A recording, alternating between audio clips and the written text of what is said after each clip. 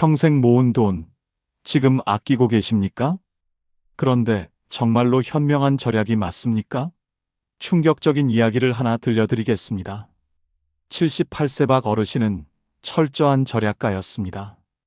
건강검진은 돈 낭비라며 거부하셨고 병원비 아낀다고 약도 끊으셨습니다. 음식도 가장 싼 것만 드시고 난방비 아낀다며 한겨울에도 내복만 껴입고 지내셨습니다.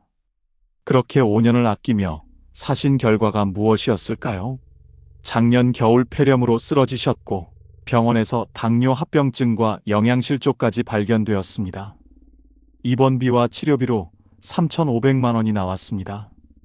5년간 아낀 돈보다 훨씬 많은 금액입니다. 더 비극적인 것은 건강을 완전히 잃어버렸다는 점입니다. 이제는 혼자 걷지도 못하고 요양병원 신세를 지고 계십니다. 여러분도 이런 어리석은 절약을 하고 계시지는 않습니까? 노년에는 아껴야 할 돈과 절대 아껴서는 안 될 돈이 명확히 구분됩니다. 잘못된 곳에 돈을 아끼면 나중에 수십 배, 수백 배의 대가를 치르게 됩니다. 지금부터 노년에 절대 돈 아끼면 안 되는 5가지를 말씀드리겠습니다. 이것만큼은 반드시 기억하시고 실천하십시오. 여러분의 노후가 건강하고 행복하기를 진심으로 바랍니다.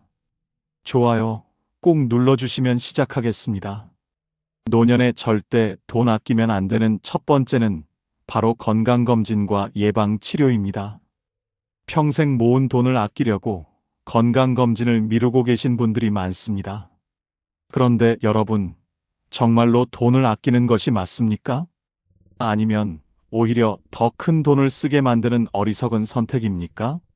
결론부터 말씀드리면 건강검진을 미루는 것은 가장 어리석은 절약입니다. 작은 돈을 아끼려다 나중에 수천만 원을 쓰게 되는 최악의 선택이 됩니다. 건강검진 비용이 부담스러워서 몇 년째 받지 않고 계십니까? 몸이 조금 불편해도 그냥 참고 지나가면 되겠지 하고 생각하십니까? 이것이야말로 독이 든 절약입니다. 나이가 들면 몸속에서 조용히 병이 자라고 있어도 증상이 나타나지 않는 경우가 많습니다. 암, 당뇨, 고혈압, 심장질환 등 중증 질환들은 초기에는 아무런 신호를 보내지 않습니다. 통계를 보면 더욱 명확해집니다. 국립암센터 자료에 따르면 암을 조기에 발견하면 치료비가 평균 500만 원에서 1,000만 원 정도 듭니다. 하지만 말기에 발견하면 치료비가 3,000만 원에서 5,000만 원까지 올라갑니다. 게다가 조기 발견 시 생존율은 90%가 넘지만 말기 발견 시에는 20%도 안 됩니다. 몇십만 원 아끼려다 목숨까지 잃을 수 있다는 뜻입니다. 예방주사도 마찬가지입니다. 독감 예방접종, 폐렴구균 백신, 대상포진 예방접종 등을 돈 아깝다고 안 맞으시는 분들이 계십니다. 하지만 걸리고 나면 어떻게 됩니까? 독감으로 입원하면 100만 원 이상 들어갑니다. 폐렴에 걸리면 치료비가 수백만 원입니다. 대상포진은 한 번 걸리면 극심한 통증으로 몇 달을 고생하고 치료비도 만만치 않습니다. 실제 사례를 들려드리겠습니다. 75세이신 한 어르신은 건강검진 비용이 아깝다며 5년 동안 한 번도 받지 않으셨습니다. 매년 30만 원 정도 드는 종합검진이 부담스럽다는 이유였습니다. 그러다가 작년에 갑자기 배가 아파서 병원에 가셨는데 대장암 3기 판정을 받으셨습니다. 이미 암이 상당히 진행된 상태였습니다. 수술과 항암 치료를 받으시면서 지금까지 4천만 원 넘게 들어갔습니다. 그것도 건강보험 적용받고 나서의 금액입니다. 한 어르신은 병상에서 눈물을 흘리며 후회하셨습니다. 150만 원 아끼려다 4천만 원을 쓰게 되었고 건강도 잃고 남은 삶의 질도 형편없어졌다고 말입니다. 만약 정기적으로 검진을 받았다면 조기에 발견해서 간단한 수술로 완치될 수 있었을 것입니다. 치과 치료도 절대 미루면 안 됩니다. 이가 안 좋으면 제대로 씹어먹지 못하고 영양 상태가 나빠지며 전신 건강까지 악화됩니다. 충치 하나 때우는데 10만 원 아깝다고 방치하면 나중에 임플란트로 200만 원 넘게 쓰게 됩니다. 잇몸 치료를 미루면 이가 빠지고 틀니를 해야 하는데 그 비용이 수백만 원입니다. 안과 검진도 마찬가지입니다. 백내장이나 녹내장은 조기에 발견하면 간단한 치료로 해결됩니다. 하지만 방치하면 실명할 수도 있습니다. 한 번 잃은 시력은 돌이킬 수 없습니다. 돈으로도 살 수 없습니다. 여러분, 명심하십시오. 건강검진과 예방치료는 소비가 아니라 투자입니다. 미래의 큰 지출을 막아주는 가장 현명한 지출입니다. 건강을 잃으면 아무리 많은 돈이 있어도 소용없습니다. 지금 당장 미뤄둔 건강검진 예약하시고 필요한 예방접종 받으십시오. 여러분의 건강이 곧 여러분의 재산입니다. 건강에 쓰는 돈은 절대 아까워하지 마십시오. 노년에 절대 돈 아끼면 안 되는 두 번째는 바로 영양관리와 식사입니다. 여러분은 지금 무엇을 드시고 계십니까? 값싼 식재료로 대충 끼니를 때우고 계시지는 않습니까? 많은 어르신들이 식비를 가장 먼저 줄입니다. 하지만 이것은 건강을 팔아서 돈을 버는 최악의 선택입니다. 나이가 들수록 영양 상태가 면역력과 체력을 결정합니다. 제대로 먹지 못하면 몸이 무너지고, 몸이 무너지면 병원비로 훨씬 더 많은 돈이 나갑니다. 노인들이 가장 흔히 하는 실수가 무엇인지 아십니까? 밥값 아낀다고 라면이나 즉석식품으로 끼니를 때우는 것입니다.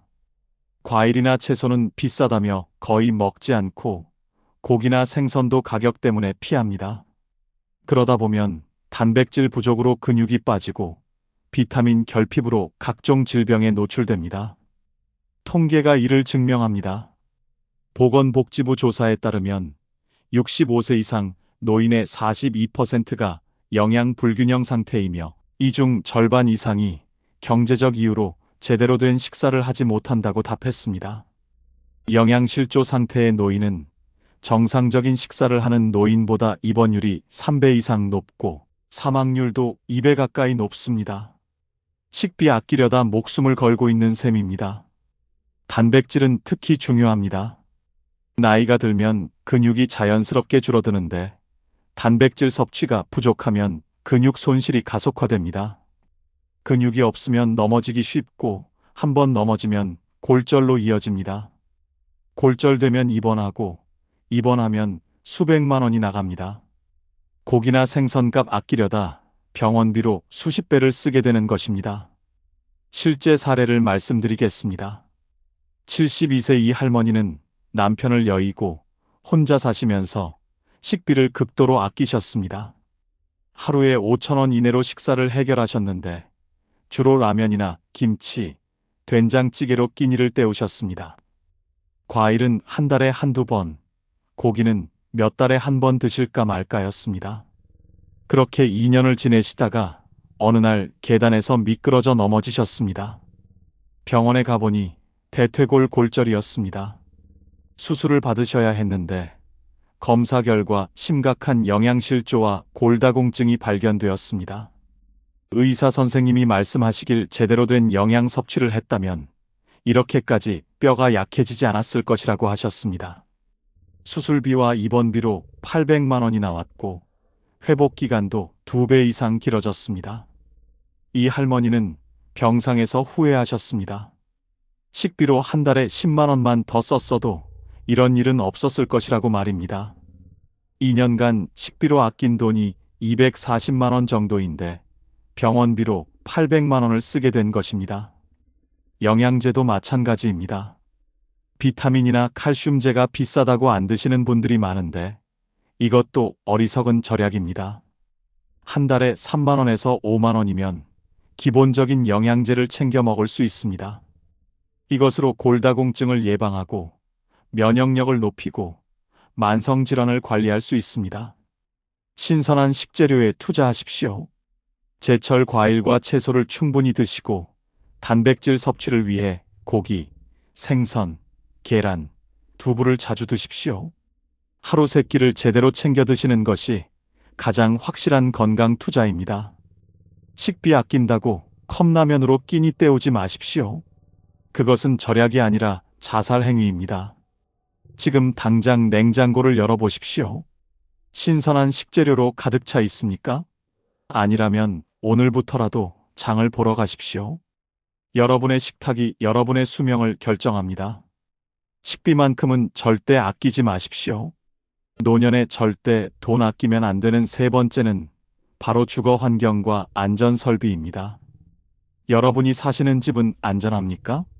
아니면 사고가 일어나기를 기다리는 위험한 공간입니까?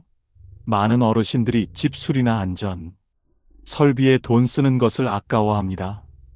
하지만 낡은 집에서 버티다가 큰 사고를 당하면 그때는 이미 늦습니다.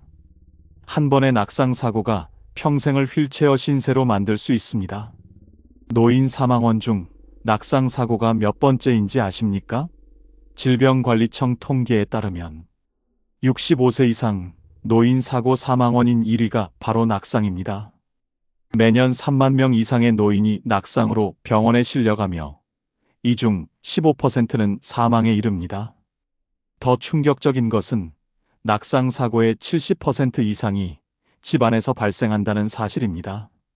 욕실 바닥이 미끄럽거나 계단에 손잡이가 없거나 조명이 어두워서 생기는 사고들입니다.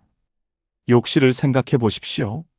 바닥이 미끄러워도 그냥 조심하면 된다고 생각하십니까? 절대 그렇지 않습니다. 나이가 들면 균형 감각이 떨어지고 반사신경이 둔해집니다. 아무리 조심해도 한순간의 실수로 크게 다칠 수 있습니다.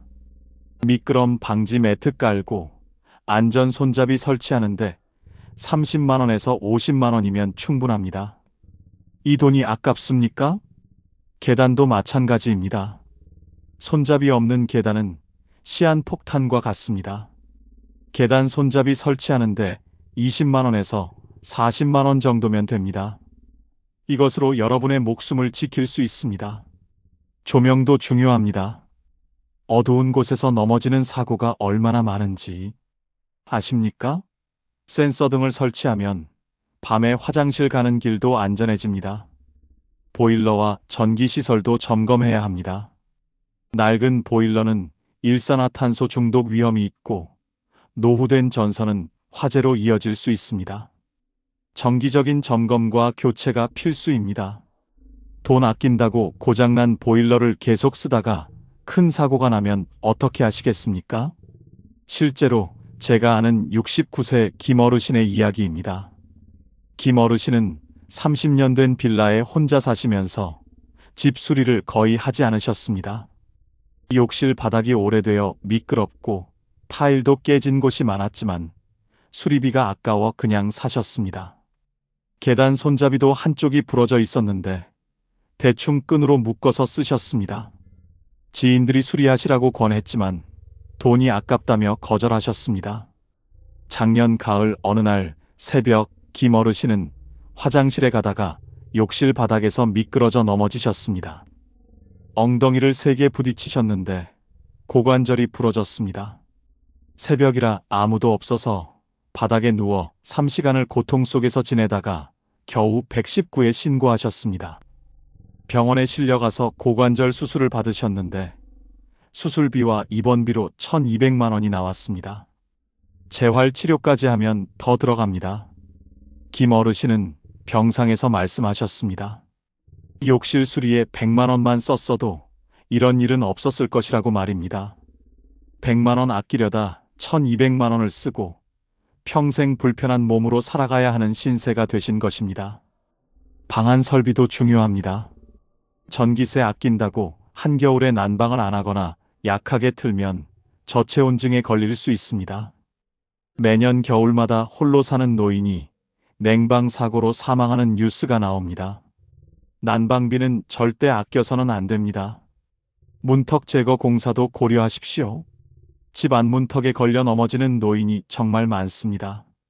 문턱을 없애거나 경사로를 설치하는데 큰 돈이 들지 않습니다. 이런 작은 투자가 큰 사고를 예방합니다. 지금 당장 집안을 둘러보십시오. 위험한 곳이 보이십니까?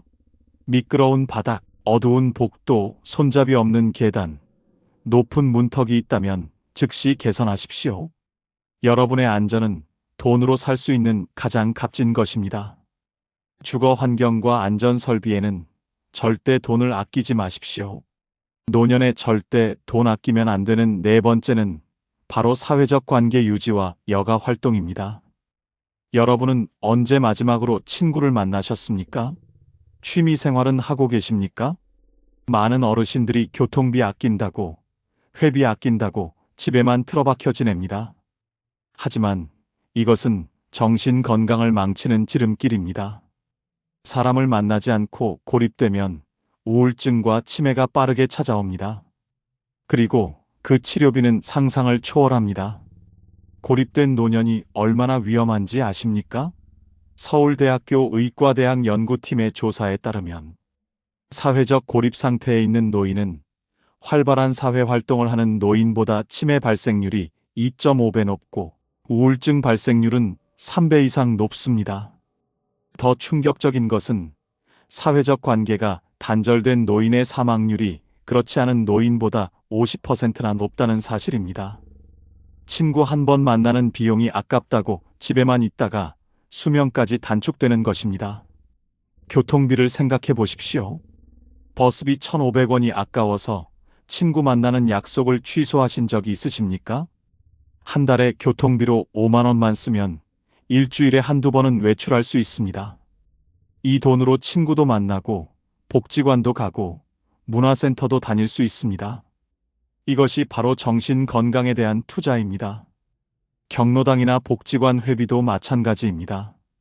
한 달에 1만 원에서 2만 원 정도면 다양한 프로그램에 참여할 수 있습니다. 운동교실, 노래교실, 미술교실 등 취미 활동을 하면서 새로운 친구도 사귈 수 있습니다. 이 돈이 아깝습니까? 절대 아닙니다. 이것은 치매와 우울증을 예방하는 가장 확실한 방법입니다. 문화생활도 중요합니다. 영화 한 편 보는데 7,000원이 아까워서 몇 년째 극장에 안 가신 분들이 많습니다. 하지만 영화 보고, 공연 보고, 전시회 가는 것이 얼마나 중요한지 아십니까? 문화활동은 뇌를 자극하고 감성을 풍부하게 하며 삶의 활력을 불어넣습니다. 실제 사례를 들려드리겠습니다. 74세 최할아버지는 아내를 여의고 혼자 사시게 되었습니다. 연금으로 생활하시면서 모든 지출을 최소화하셨습니다. 친구들이 만나자고 연락해도 식사비와 교통비가 부담되어 거절하셨습니다. 경로당 회비 2만 원도 아까워서 등록하지 않으셨습니다. TV만 보면서 집에만 계시는 날이 계속되었습니다. 처음 몇 달은 괜찮았지만 시간이 지나면서 말수가 줄어들고 의욕이 없어지셨습니다. 밤에 잠도 제대로 못 주무시고 식욕도 떨어지셨습니다. 1년쯤 지나자 자녀가 방문했을 때 최 할아버지의 상태가 심각하다는 것을 알았습니다. 병원에 모시고 가니 중증 우울증 진단을 받으셨습니다. 정신과 치료를 시작하셨는데 약값과 상담료로 한 달에 30만 원씩 나갔습니다. 1년 동안 360만 원이 들어간 것입니다. 최 할아버지는 자녀에게 말씀하셨습니다. 친구들 만나고 경로당 다니는데 한 달에 10만 원만 썼어도 이렇게 되지 않았을 것이라고 말입니다. 1년간 120만 원 아끼려다가 우울증 치료비로 360만 원을 쓰게 된 것입니다. 게다가 잃어버린 1년의 행복한 시간은 돈으로도 되돌릴 수 없습니다. 운동 프로그램도 참여하십시오. 수영장이나 헬스장 회원권이 부담스러우면 공공체육시설을 이용하십시오. 한 달에 3만 원 정도면 충분히 운동할 수 있습니다. 규칙적인 운동은 신체 건강뿐 아니라 정신 건강에도 엄청난 도움이 됩니다. 여행도 가십시오. 돈 아낀다고 평생 집에만 있다가 언제 세상 구경하시겠습니까? 비싼 해외여행이 부담스러우면 국내 여행부터 시작하십시오. 경로 우대로 할인받을 수 있는 곳도 많습니다. 새로운 곳을 가고 새로운 것을 보는 경험이 뇌를 자극하고 활력을 줍니다. 손주들에게 용돈도 주십시오. 손주가 할아버지 할머니 만나는 것을 좋아하게 만드는 가장 확실한 방법입니다. 가족 관계를 돈독히 하는 투자입니다. 명절이나 생일에 선물도 하십시오. 이것이 바로 관계에 투자하는 것입니다. 돈을 모으기만 하고 쓰지 않으면 무슨 소용입니까? 관계가 끊기고 고립되어 외롭게 살다가 치매와 우울증에 걸리면 그때는 돈이 아무 의미가 없습니다. 지금 당장 친구에게 전화하십시오. 만나서 밥 한 끼 먹고 수다 떨 약속을 잡으십시오. 사회적 관계와 여가 활동에는 절대 돈을 아끼지 마십시오. 노년에 절대 돈 아끼면 안 되는 5번째는 바로 전문적인 돌봄 서비스와 간병 지원입니다. 혼자 힘으로 모든 것을 해결할 수 있다고 생각하십니까? 아프거나 거동이 불편해져도 자녀에게 폐를 끼치기 싫어서 혼자 버티고 계시지는 않습니까? 이것은 매우 위험한 생각입니다. 전문적인 도움이 필요한 순간에 돈 아낀다고 혼자 버티면 상태가 더 악화되고 회복이 어려워집니다. 때로는 생명까지 위협받을 수 있습니다. 노인 장기요양 서비스를 이용하는 비율이 얼마나 되는지 아십니까? 국민건강보험공단 자료에 따르면 장기요양 등급을 받을 자격이 있는 노인 중 40% 이상이 비용 부담을 이유로 서비스를 제대로 이용하지 않는다고 합니다. 본인 부담금이 아깝다고 참다가 상태가 악화되어 결국 더 큰 비용을 지불하게 되는 악순환이 반복됩니다. 전문가의 도움을 받았다면 빠르게 회복할 수 있었던 것들을 혼자 버티다가 만성화되는 것입니다. 요양보호사 서비스를 생각해 보십시오. 거동이 불편해졌을 때 집에서 도움을 받을 수 있는 서비스입니다. 목욕, 식사 준비, 청소 등을 도와주는데 본인 부담금은 하루 몇천 원에서 1만 원 정도입니다. 이 돈이 아까워서 더러운 옷을 그대로 입고 제대로 씻지도 못하고 낙상 위험을 감수하면서 혼자 모든 것을 하시겠습니까? 방문 간호 서비스도 마찬가지입니다. 만성질환이 있거나 수술 후 회복 중일 때 간호사가 집으로 방문해서 상태를 체크하고 관리해 줍니다. 이것도 본인 부담금이 적은데 돈 아깝다고 안 받으시는 분들이 많습니다. 그러다가 합병증이 생기거나 상태가 악화되어 응급실에 실려가면 그때는 수백만 원이 들어갑니다. 물리치료나 재활치료도 절대 아껴서는 안 됩니다. 무릎이 아프거나 허리가 아플 때 치료를 제대로 받지 않고 방치하면 나중에는 걷지도 못하게 됩니다. 한 번에 몇만 원 하는 물리치료가 아까워서 참다가 나중에 수술하고 입원하면 수천만 원이 듭니다. 실제 사례를 말씀드리겠습니다. 80세이신 할머니는 뇌졸중으로 쓰러지셨다가 다행히 수술을 잘 받고 퇴원하셨습니다. 의사 선생님이 재활치료를 꾸준히 받아야 한다고 강조하셨지만 신할머니는 비용이 부담되어 몇 번만 받고 중단하셨습니다. 한 달 재활치료 비용이 본인 부담금으로 20만 원 정도 나왔는데 이것이 아까우셨던 것입니다. 집에서 혼자 운동하면 되겠지 생각하셨습니다. 하지만 전문가의 지도 없이 혼자 하는 운동은 효과가 거의 없었습니다. 오히려 잘못된 자세로 운동하다가 근육을 다치셨습니다. 6개월이 지나자 거동이 점점 불편해지셨고 결국 휠체어 신세를 지게 되셨습니다. 이제는 요양보호사의 도움 없이는 일상생활이 불가능해졌습니다. 한 달에 요양보호사 비용으로 80만 원씩 나가고 있습니다. 신할머니는 후회하십니다. 처음 6개월 동안 재활치료에 120만 원만 투자했다면 지금처럼 되지 않았을 것이라고 말입니다. 120만 원 아끼려다 평생 매달 80만 원씩 쓰는 신세가 된 것입니다. 1년만 계산해도 960만 원입니다. 주간보호센터도 적극 활용하십시오.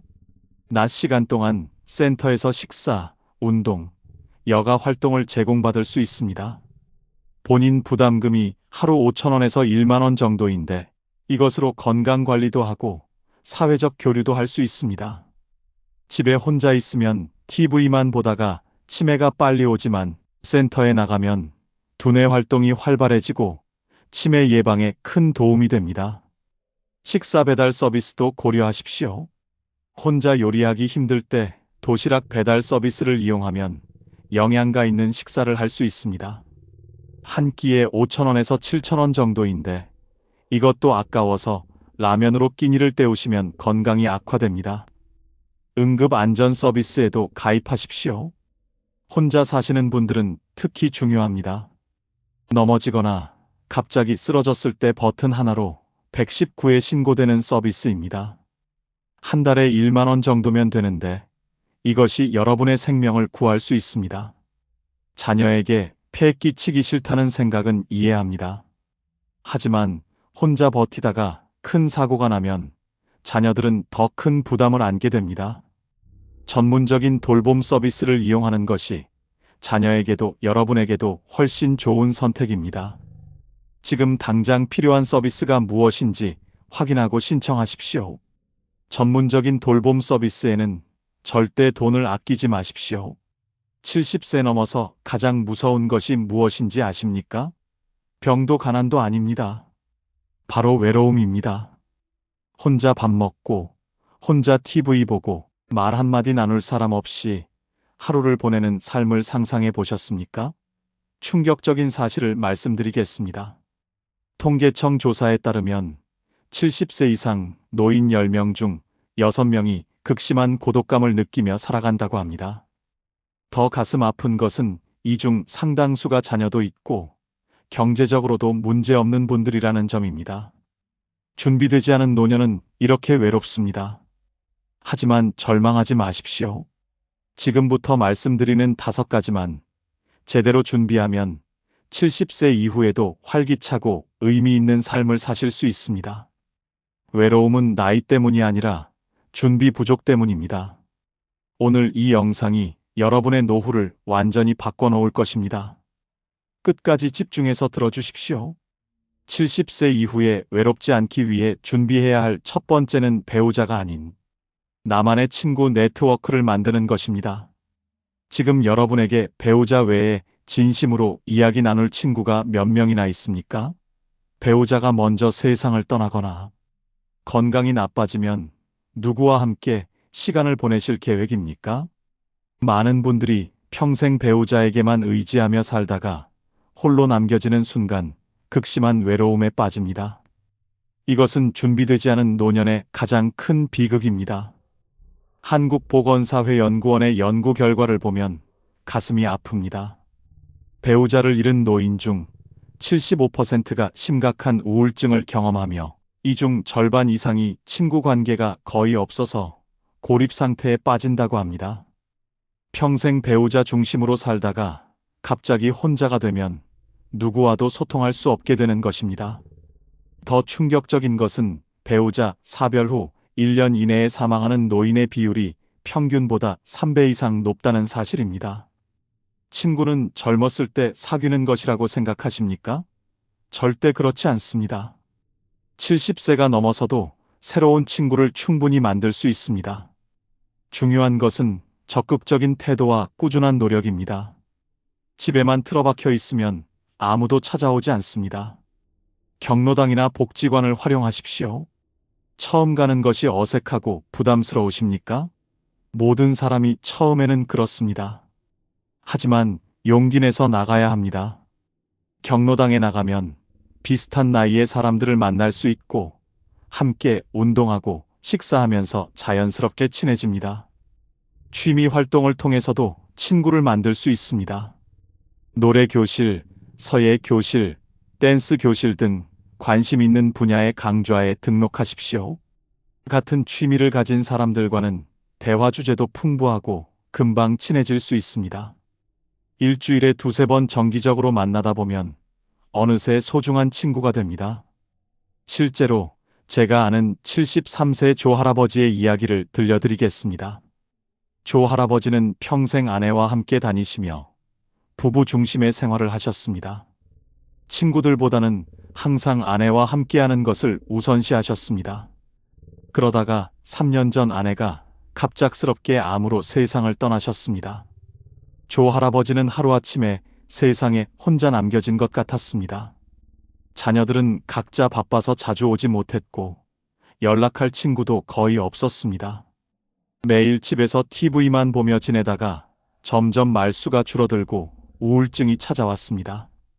식사도 제대로 하지 않아 체중이 10kg 이상 빠졌습니다. 자녀가 걱정되어 병원에 데리고 갔더니 중증 우울증 진단을 받았습니다. 의사 선생님이 약물 치료도 중요하지만 사회적 관계를 회복하는 것이 더 중요하다고 강조하셨습니다. 자녀들의 권유로 조 할아버지는 마지못해 동네 복지관에 등록하셨습니다. 처음 몇 주는 어색하고 힘들었지만 점점 사람들과 친해지셨습니다. 노래 교실에 나가시면서 같은 취미를 가진 분들과 이야기하고 웃으며 시간을 보내셨습니다. 6개월이 지나자 조 할아버지는 완전히 달라지셨습니다. 표정도 밝아지고 말도 많아지셨으며 우울증 약도 끊으셨습니다. 이제는 일주일에 5번이나 복지관에 나가시고 친구들과 등산도 가시고 여행도 다니십니다. 조 할아버지는 말씀하십니다. 아내가 살아계실 때 친구를 미리 만들어 놓았다면 이렇게 고생하지 않았을 것이라고 말입니다. 자원봉사 활동도 좋은 방법입니다. 복지관에서 급식 봉사를 하거나 도서관에서 책 정리를 하면서 같은 봉사자들과 친해질 수 있습니다. 함께 의미 있는 일을 하다 보면 더 깊은 유대감이 형성됩니다. 종교 활동도 좋은 선택입니다. 교회, 절, 성당 등에서 정기적으로 모임에 참석하면 신앙심도 키우고 사람들도 만날 수 있습니다. 종교 공동체는 서로 돕고 위로하는 문화가 강해서 외로움을 극복하는 데 큰 도움이 됩니다. 동창회나 향후회에도 적극적으로 참여하십시오. 오래전 인연을 다시 이어가는 것도 좋은 방법입니다. SNS를 배우셔서 온라인으로도 연락을 유지하십시오. 카카오톡만 잘 활용해도 친구들과 자주 소통할 수 있습니다. 지금 당장 시작하십시오. 내일 경로당에 나가보시거나 복지관 프로그램에 등록하십시오. 처음은 누구나 어색합니다. 하지만 용기 내서 한 걸음 내딛어야 친구를 만날 수 있습니다. 배우자에게만 의지하지 말고 나만의 친구 네트워크를 지금부터 만들어 가십시오. 70세 이후에 외롭지 않기 위해 준비해야 할 두 번째는 평생 배울 수 있는 취미와 특기를 만드는 것입니다. 여러분은 지금 무엇을 하며 하루를 보내십니까? TV 보는 것 말고 진정으로 즐기는 활동이 있으십니까? 취미가 없는 노년은 지루하고 공허합니다. 시간은 많은데 할 일이 없으면 하루가 일주일처럼 길게 느껴지고 그 공허함이 외로움으로 변합니다. 반면 열정을 쏟을 수 있는 취미가 있으면 시간 가는 줄 모르고 삶에 활력이 넘치며 같은 취미를 가진 사람들과 자연스럽게 연결됩니다. 서울대학교 노화고령사회연구소의 조사를 보면 놀라운 사실이 드러납니다. 규칙적인 취미 활동을 하는 70세 이상 노인은 그렇지 않은 노인보다 삶의 만족도가 4배 이상 높고 우울증 발생률은 60% 이상 낮습니다. 취미 활동은 단순한 시간 때우기가 아닙니다. 정신 건강을 지키고 외로움을 이겨내는 가장 강력한 무기입니다. 어떤 취미를 가져야 할지 모르겠다고 하십니까? 선택지는 무궁무진합니다. 중요한 것은 나이 들어서도 계속할 수 있고 실력이 쌓일수록 더 재미있어지는 활동을 선택하는 것입니다. 몸을 많이 쓰는 격렬한 운동보다는 오래 즐길 수 있는 것이 좋습니다. 음악은 최고의 선택입니다. 노래 부르기, 악기 연주하기는 나이와 상관없이 평생 즐길 수 있습니다. 하모니카, 우쿨렐레 같은 악기는 배우기 쉽고 휴대하기 편해서 노인들에게 인기가 많습니다. 노래방에 가서 친구들과 노래 부르는 것도 훌륭한 취미입니다. 음악은 두뇌를 자극하고 감정을 풍부하게 하며 스트레스를 해소합니다. 그림 그리기나 서예도 좋습니다. 붓을 잡고 집중하는 시간은 명상과 같은 효과가 있습니다. 실력이 늘면서 작품이 완성되는 즐거움은 큰 성취감을 줍니다. 전시회에 출품하거나 친구들과 작품을 나누는 재미도 있습니다. 정원 가꾸기나 화초 키우기는 생명을 돌보는 활동입니다. 씨앗을 심고 물을 주며 자라는 모습을 지켜보는 것은 큰 기쁨입니다. 베란다에서도 충분히 할 수 있고 수확한 채소나 아름다운 꽃을 이웃과 나누면서 관계도 돈독해집니다. 실제로 68세 김할머니의 변화를 보면 놀랍습니다. 김할머니는 남편이 5년 전에 세상을 떠난 후 집에서 TV만 보며 무기력하게 지내셨습니다. 자녀들이 걱정될 정도로 말수도 줄고 의욕도 없어 보이셨습니다. 매일 똑같은 일상의 반복이었고 삶의 목표도 없었습니다. 그러던 어느 날 딸이 수채화 물감과 스케치북을 선물했습니다. 어릴 적 그림 그리기를 좋아했던 것을 기억해서 권해본 것입니다. 처음에는 시큰둥하셨지만 한번 붓을 잡으니 옛날 기억이 되살아났습니다. 유튜브를 보며 독학으로 시작하셨는데 점점 빠져드셨습니다. 하루에 몇 시간씩 그림을 그리며 시간 가는 줄 몰랐습니다. 복지관에서 수채화 강좌가 있다는 것을 알고 등록하셨습니다. 그곳에서 같은 취미를 가진 할머니들을 만나 친구가 되셨습니다. 함께 야외 스케치를 나가고 작품을 품평하며 전시회도 관람했습니다. 1년 후 김할머니의 모습은 완전히 달라졌습니다. 표정이 밝아지고 말도 많아지셨으며 매일 아침 일어나는 것이 즐거워졌습니다. 그림이라는 취미가 생기면서 삶의 목적이 생긴 것입니다. 이제는 손주들에게 그림을 그려주시고 친구 생일에 초상화를 선물하시며 복지관 전시회에도 출품하십니다. 김할머니는 말씀하십니다. 그림이 인생의 후반부를 완전히 바꿔놓았다고 말입니다. 사진 촬영도 멋진 취미입니다. 스마트폰만 있으면 시작할 수 있고 산책하면서 아름다운 풍경을 담는 재미가 있습니다. SNS에 올리면 사람들과 소통도 할 수 있습니다. 글쓰기나 독서도 훌륭합니다. 자서전을 쓰거나 손주들에게 편지를 쓰는 것도 의미 있는 활동입니다. 독서 모임에 참여하면 책을 읽고 토론하면서 지적 자극도 받고 친구도 사귈 수 있습니다. 요리나 제과도 좋은 선택입니다. 새로운 레시피에 도전하고 가족이나 친구에게 대접하는 즐거움이 있습니다. 유튜브에 요리 영상도 많아서 배우기 쉽습니다. 등산이나 걷기 같은 운동도 훌륭한 취미입니다. 등산 동호회에 가입하면 정기적으로 산에 오르면서 건강도 챙기고 친구도 사귈 수 있습니다. 만보기를 차고 매일 걷기 목표를 세우는 것도 좋습니다. 바둑이나 장기 같은 두뇌 게임도 추천합니다. 경로당에 가면 바둑 두는 분들이 많습니다. 함께 두면서 자연스럽게 대화하고 친해집니다. 지금 당장 시작하십시오. 관심 있는 분야의 강좌를 찾아보시고 등록하십시오. 처음부터 잘할 필요 없습니다. 서툴러도 괜찮습니다. 중요한 것은 즐기는 마음과 꾸준함입니다. 취미가 있으면 외롭지 않습니다. 평생 배우고 성장할 수 있는 나만의 특기를 지금부터 만들어 가십시오.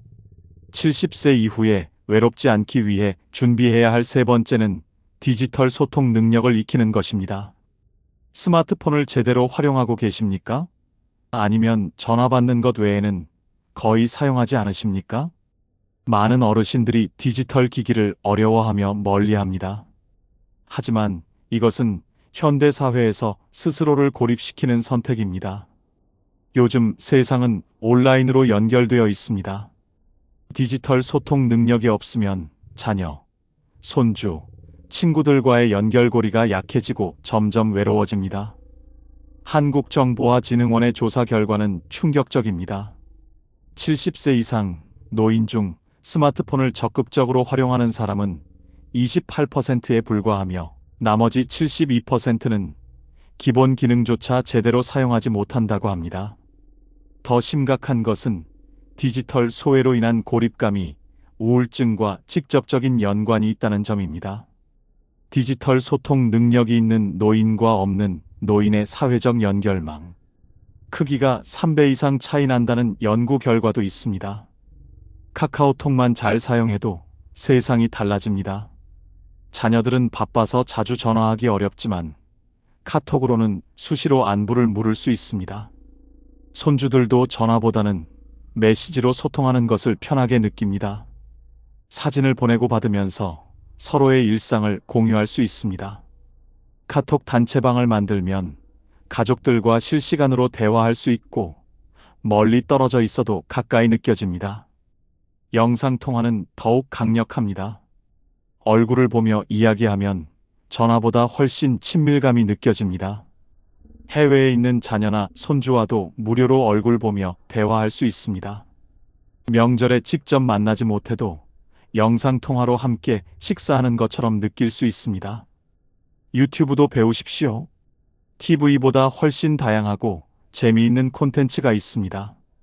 건강정보, 요리 레시피, 운동 영상, 옛날 노래, 드라마까지 모든 것을 무료로 볼 수 있습니다.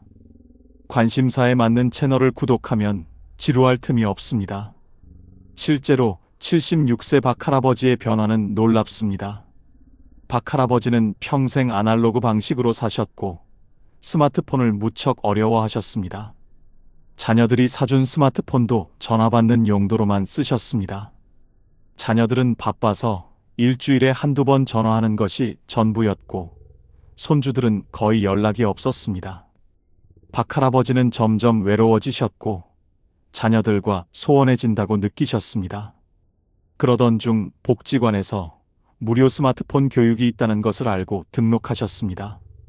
처음 몇 주는 너무 어려워서 포기하고 싶으셨지만 선생님과 동료 수강생들의 도움으로 조금씩 배워나가셨습니다. 카카오톡 사용법을 익히고 나서 가족 단체방을 만들었습니다. 처음에는 서툴렀지만 매일 연습하셨습니다. 아침에 일어나면 가족방에 인사를 올리고 산책하면서 찍은 사진을 공유하셨습니다. 자녀들도 박할아버지의 메시지에 답장하고 이모티콘을 보내며 활발하게 소통했습니다. 손주들도 할아버지가 카톡을 하시니 재미있어하며 자주 연락했습니다. 영상통화도 배우셔서 일주일에 서너 번씩 손주들 얼굴을 보며 이야기하십니다. 미국에 사는 큰아들과도 시차를 맞춰 영상통화를 하시는데 손주가 학교 숙제하는 모습도 보고 함께 저녁 식사하는 것처럼 대화하십니다. 박할아버지는 말씀하십니다. 스마트폰 배운 것이 인생 후반기 최고의 선택이었다고 말입니다. 이제는 외롭지 않고 매일 가족들과 연결되어 있다는 느낌이 든다고 하십니다. 네이버나 구글 검색도 활용하십시오. 궁금한 것이 있을 때 바로 찾아볼 수 있습니다. 건강정보, 날씨, 뉴스, 맛집 정보까지 모든 것을 손안에서 확인할 수 있습니다.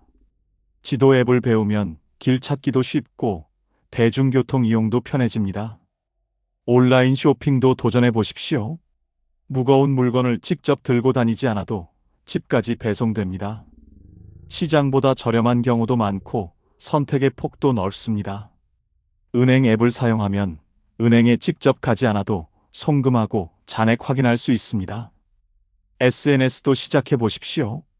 페이스북이나 인스타그램에서 옛 친구들을 다시 찾을 수 있습니다.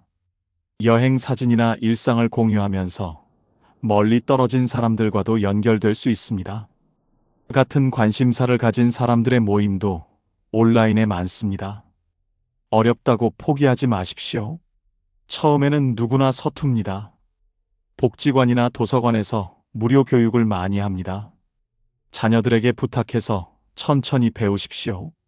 손주들에게 가르쳐달라고 하면 좋아하며 알려줍니다. 함께 배우는 과정 자체가 소통이 됩니다. 디지털 세상은 무한한 가능성을 열어줍니다. 나이 때문에 포기하지 마십시오. 90세 할머니도 유튜버가 되는 시대입니다. 지금 당장 스마트폰을 꺼내서 카카오톡 연습부터 시작하십시오. 디지털 소통 능력은 외로움을 이기는 가장 현대적이고 효과적인 방법입니다. 70세 이후에 외롭지 않기 위해 준비해야 할 네 번째는 봉사활동이나 사회 참여를 통해 나의 존재 가치를 확인하는 것입니다. 여러분은 지금 누군가에게 필요한 사람입니까?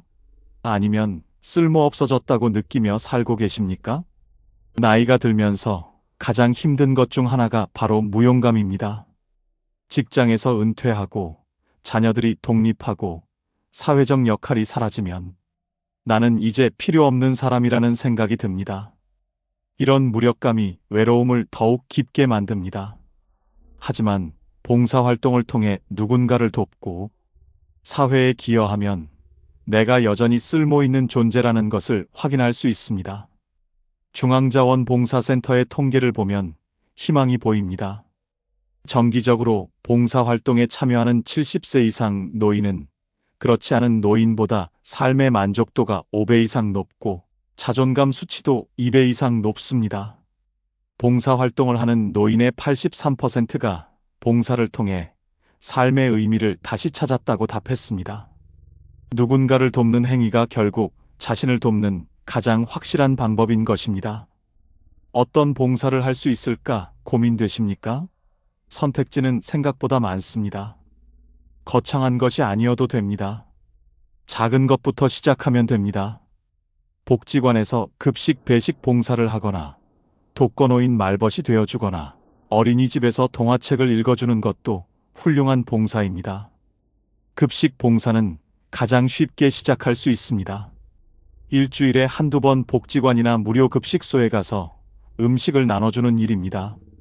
함께 봉사하는 사람들과도 친해지고 식사를 받는 어르신들에게 감사 인사를 들으면 보람을 느낍니다. 내가 누군가에게 도움이 되고 있다는 확신이 듭니다. 독거노인 말벗 봉사도 의미 있습니다. 나보다 더 외로운 어르신을 정기적으로 방문해서 이야기를 나누고 안부를 확인합니다. 상대방도 좋지만 본인에게도 큰 도움이 됩니다. 내가 외롭다고 생각했는데 더 외로운 사람이 있다는 것을 알게 되고 그분을 위로하면서 본인도 위로받습니다. 실제로 71세 윤 할머니의 변화는 감동적입니다. 윤 할머니는 5년 전 남편과 사별한 후 우울증에 시달리셨습니다. 자녀들은 외국에 살고 있어서 자주 만날 수 없었고 집에서 혼자 지내는 시간이 너무 길었습니다. 매일 남편 생각만 하며 눈물 흘리고 삶의 의욕을 완전히 잃으셨습니다. 약을 먹어도 우울증은 나아지지 않았고 심지어 살고 싶지 않다는 생각까지 하셨습니다. 그러던 어느 날 교회 목사님이 어린이집 봉사를 권유하셨습니다. 처음에는 거절하셨지만 목사님의 간곡한 부탁에 마지못해 나가셨습니다. 어린이집에서는 할머니가 아이들에게 동화책을 읽어주고 함께 놀아주는 역할이었습니다. 첫날 아이들을 만났을 때 윤 할머니는 충격을 받으셨습니다. 아이들이 할머니를 보자마자 환하게 웃으며 달려왔고 손을 잡고 떨어지지 않으려 했습니다. 동화책을 읽어주니 아이들이 눈을 반짝이며 집중했고 이야기가 끝나면 박수를 쳤습니다. 윤 할머니는 그날 오랜만에 웃었습니다. 그 후로 일주일에 3번씩 어린이집에 나가셨습니다. 아이들은 할머니가 오는 날을 손꼽아 기다렸고 할머니도 아이들을 만나는 것이 삶의 낙이 되었습니다. 아이들이 그린 그림을 선물로 받고 꼭 안아주며 사랑한다고 말하는 순간들이 윤 할머니를 치유했습니다. 1년 후 윤 할머니는 우울증 약을 완전히 끊으셨고 표정도 밝아지셨습니다. 윤 할머니는 말씀하십니다. 아이들이 나를 필요로 하고 내가 아이들에게 행복을 줄 수 있다는 사실이 삶의 이유가 되었다고 말입니다. 봉사활동이 우울증을 이기고 다시 살아갈 힘을 준 것입니다. 환경 정화 활동도 좋습니다. 동네 공원이나 하천을 청소하는 봉사에 참여하면 건강도 챙기고 환경도 지킬 수 있습니다. 함께하는 사람들과 친해지는 것은 덤입니다. 도서관 봉사도 추천합니다. 책 정리, 대출 도움, 책 읽어주기 등 다양한 역할이 있습니다. 조용한 환경에서 의미 있는 일을 하며 보람을 느낄 수 있습니다. 재능 기부도 멋진 선택입니다. 평생 쌓아온 경험과 지식을 나눌 수 있습니다. 요리를 잘하시면 요리 교실을 열고 악기를 다루시면 연주를 가르치고 바느질을 잘하시면 옷수선을 도와줄 수 있습니다. 여러분의 특기가 누군가에게는 큰 도움이 됩니다. 멘토링 봉사도 있습니다. 청소년들에게 인생 선배로서 조언하고 격려하는 역할입니다. 젊은이들이 어르신의 경험담을 듣고 감사해하는 모습을 보면 큰 보람을 느낍니다. 교통안전 봉사나 학교 앞 녹색어머니 활동도 할 수 있습니다. 아이들의 안전을 지키는 중요한 역할입니다. 아이들이 인사하고 지나가는 모습을 보면 하루가 즐겁습니다. 지금 당장 가까운 자원봉사센터에 연락하십시오. 본인에게 맞는 봉사활동을 찾아보십시오. 누군가를 돕는 것은 결국 나를 돕는 일입니다. 봉사를 통해 존재 가치를 확인하고 외로움을 이겨내십시오. 여러분은 70년을 살면서 뭘 얻었습니까? 남들 눈치 보느라 행복했습니까? 70년 동안 착하게 살았는데 남은 게 뭡니까? 아무것도 없습니다. 다 부질없습니다. 체면 지킨다고 하고 싶은 것도 못했습니다. 남들이 뭐라고 할까봐 먹고 싶은 것도 못 먹었습니다. 창피하다고 입고 싶은 것도 못 입었습니다. 그렇게 70년을 살았는데 누가 알아줍니까? 아무도 모릅니다. 이제 깨달았습니다. 남 눈치 보며 사는 건 바보짓이라는 걸 말입니다. 70이 넘으면 남은 인생 얼마 안 남았습니다. 그 짧은 시간마저 남 눈치 보며 살 겁니까? 절대 안 됩니다. 지금부터 말씀드릴 방법대로 사십시오. 남 눈치 버리고 하고 싶은 대로 사십시오. 70부터는 완전히 다르게 살아야 합니다. 남은 인생, 여러분 마음대로 사십시오. 먼저 좋아요 눌러주세요. 70부터는 싫은 사람 만나지 마십시오. 이게 첫 번째입니다. 여러분은 아직도 싫은 사람을 억지로 만나고 계십니까? 불편한 친척, 자랑만 하는 친구, 무시하는 동창, 이런 사람들과 의무적으로 어울리십니까? 이제 그만하십시오. 70이 넘으면 싫은 사람 만날 시간이 없습니다. 평생 참았습니다. 어른이니까 예의상, 체면상, 이런 이유로 싫은 사람도 만났습니다. 웃으며 견뎠습니다. 하지만 스트레스였습니다. 집에 오면 피곤했습니다. 왜 이렇게 살았을까요? 남 눈치 봤기 때문입니다. 대전 유성구에 사시는 조모 씨, 72세 어르신의 통쾌한 이야기입니다. 조 씨는 평생 의무적인 만남을 지켰습니다. 싫은 친척 모임도 빠지지 않고 나갔습니다. 자랑만 하는 동창회도 참석했습니다. 무시하는 친구도 만났습니다. 착한 사람으로 살려고 노력했습니다.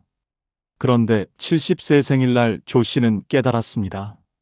이 사람들 중에 진짜 나를 위하는 사람이 있나, 내가 아파도 찾아올 사람이 있나 생각해보니 한 명도 없었습니다. 다 거칠애였습니다. 의무였습니다. 진짜 친구가 아니었습니다. 조 씨는 결심했습니다. 70부터는 싫은 사람 안 만나겠다고 마음먹었습니다. 친척 모임 초대가 왔습니다. 조 씨는 거절했습니다. 바쁘다고, 몸이 안 좋다고 핑계대지 않았습니다. 솔직하게 말했습니다.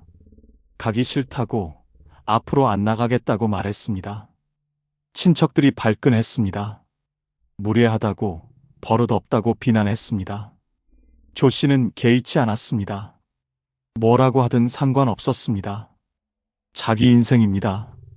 자기 마음대로 살기로 했습니다. 동창회도 그만뒀습니다. 30년 다닌 동창회였습니다. 하지만 만날 때마다 스트레스였습니다. 자랑 듣기 싫었습니다. 비교당하기 싫었습니다. 조 씨는 탈퇴했습니다. 동창들이 섭섭하다고 했습니다. 조 씨는 미안하지 않았습니다. 지금 조 씨는 정말 만나고 싶은 사람들만 만납니다. 편한 친구 서너 명, 이 사람들과만 어울립니다. 스트레스가 없습니다. 만남이 즐겁습니다. 집에 와도 피곤하지 않습니다.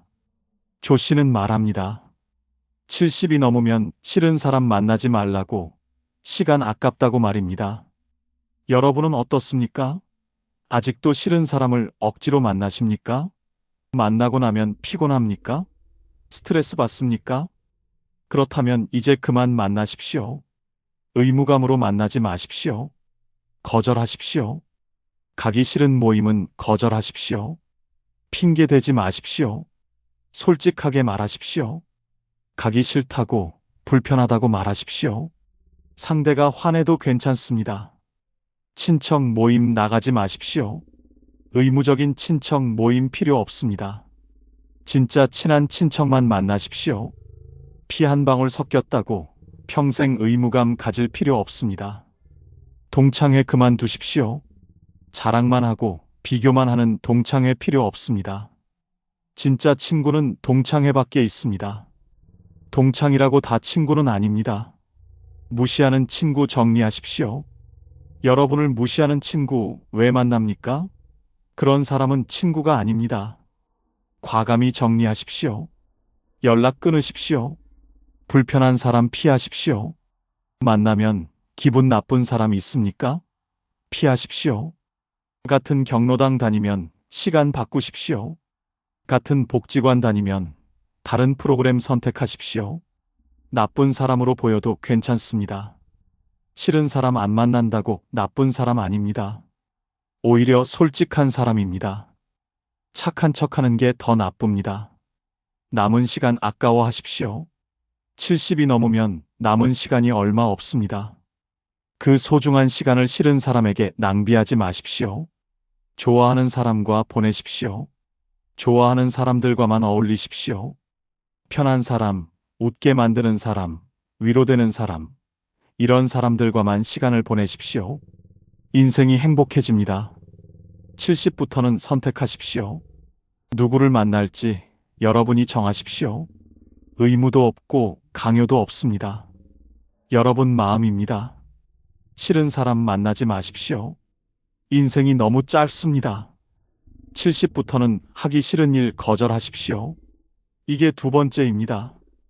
여러분은 아직도 안 하고 싶은 일을 억지로 하십니까? 자녀 부탁이라고, 친구 부탁이라고, 거절 못하고 다 들어주십니까? 70이 넘으면 그만하십시오.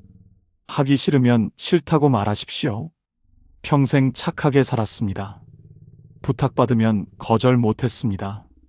손주 돌봐달라면 돌봤습니다. 친구가 일 도와달라면 도왔습니다. 동네 일 맡아달라면 맡았습니다. 착한 사람이라는 소리 들었습니다. 하지만 행복했습니까? 아닙니다. 피곤했습니다. 울산 중구에 사시는 김모 씨, 73세 어르신의 반전 이야기입니다. 김 씨는 평생 부탁을 거절하지 못했습니다. 착한 사람으로 유명했습니다. 딸이 손주 봐달라고 하면 봤습니다. 일주일에 닷새를 손주 돌봤습니다. 힘들었지만 참았습니다. 친구가 이사 도와달라고 하면 도왔습니다. 아픈 몸 이끌고 나갔습니다. 경로당에서 총무 맡아달라고 하면 맡았습니다. 귀찮았지만 거절 못했습니다. 김 씨는 항상 바빴습니다.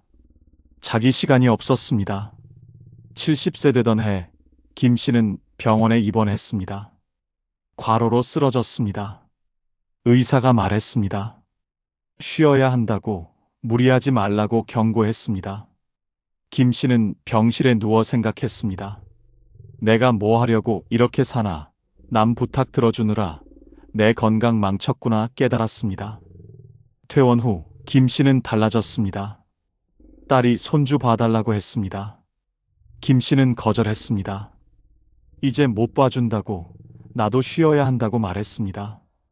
딸은 놀랐습니다. 섭섭하다고 했습니다. 하지만 김 씨는 단호했습니다. 친구가 또 부탁했습니다. 김 씨는 거절했습니다. 안 된다고, 하기 싫다고 솔직하게 말했습니다. 친구가 서운해했습니다. 김 씨는 개의치 않았습니다. 경로당 총무도 그만뒀습니다. 다른 사람 시키라고 말했습니다. 지금 김 씨는 자기 시간을 즐깁니다. 하고 싶은 일만 합니다. 손주 보고 싶을 때만 봅니다. 친구 돕고 싶을 때만 돕습니다. 억지로 하지 않습니다. 건강도 좋아졌습니다.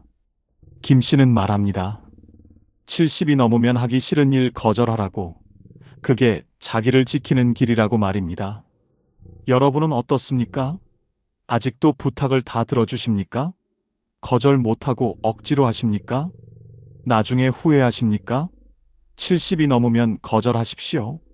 안 된다고 말하십시오. 손주 돌보기 거절하십시오. 자녀가 부탁해도 안 된다고 말하십시오. 여러분도 쉴 권리가 있습니다. 손주 키우는 건 부모 책임입니다. 조부모 의무가 아닙니다. 집안일 도와달라는 것도 거절하십시오.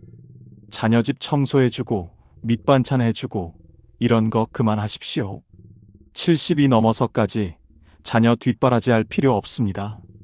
돈 빌려달라는 것도 거절하십시오. 친구든 친척이든 거절하십시오. 70이 넘으면 돈 벌 수도 없습니다. 여러분 돈은 여러분이 쓰십시오. 경조사 다 갈 필요 없습니다. 안 친한 사람 경조사 가지 마십시오. 의무감으로 가지 마십시오. 정말 축하하고 위로하고 싶은 사람만 가십시오. 봉사활동 그만두십시오. 의무적으로 하는 봉사 그만두십시오. 하기 싫으면 하지 마십시오. 봉사는 자발적인 겁니다. 억지로 하는 건 봉사가 아닙니다. 모임 간사하지 마십시오. 귀찮은 일 떠맡지 마십시오. 다른 사람 시키십시오. 70이 넘어서까지 꾸준히 할 필요 없습니다. 착한 사람 그만하십시오. 착한 사람은 이용당합니다. 부탁하기 쉬운 사람이 됩니다. 가끔은 나쁜 사람이 되십시오. 거절할 줄 아는 사람이 되십시오. 섭섭해하면 어떻습니까? 거절했다고 섭섭해하는 사람이 있습니까? 그냥 두십시오. 진짜 친구는 이해합니다. 서운해하는 사람은 원래 이용만 하려던 사람입니다. 노라고 말하는 연습을 하십시오. 거절이 어려우면 연습하십시오. 거울 보고 안 된다고 말해보십시오. 익숙해지면 실제로도 할 수 있습니다.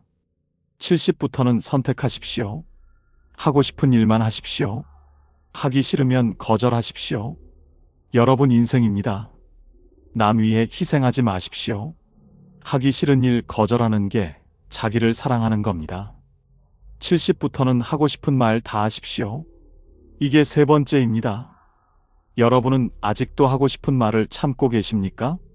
불편해도 침묵하십니까? 화나도 참으십니까? 70이 넘으면 그만하십시오. 하고 싶은 말 다 하십시오. 참다가 죽지 마십시오. 평생 참았습니다. 기분 나빠도 괜찮다고 했습니다. 화나도 웃으며 넘어갔습니다. 속으로만 사귀었습니다. 왜 그랬을까요? 착한 사람으로 보이고 싶었습니다. 싸우기 싫었습니다. 관계 깨질까봐 두려웠습니다. 하지만 속은 썩었습니다. 포항 남구에 사시는 박모 씨, 71세 어르신의 시원한 이야기입니다. 박 씨는 평생 말을 참았습니다. 며느리가 무례해도 참았습니다. 친구가 무시해도 참았습니다. 이웃이 피해줘도 참았습니다. 착한 시어머니, 착한 친구, 착한 이웃으로 살았습니다.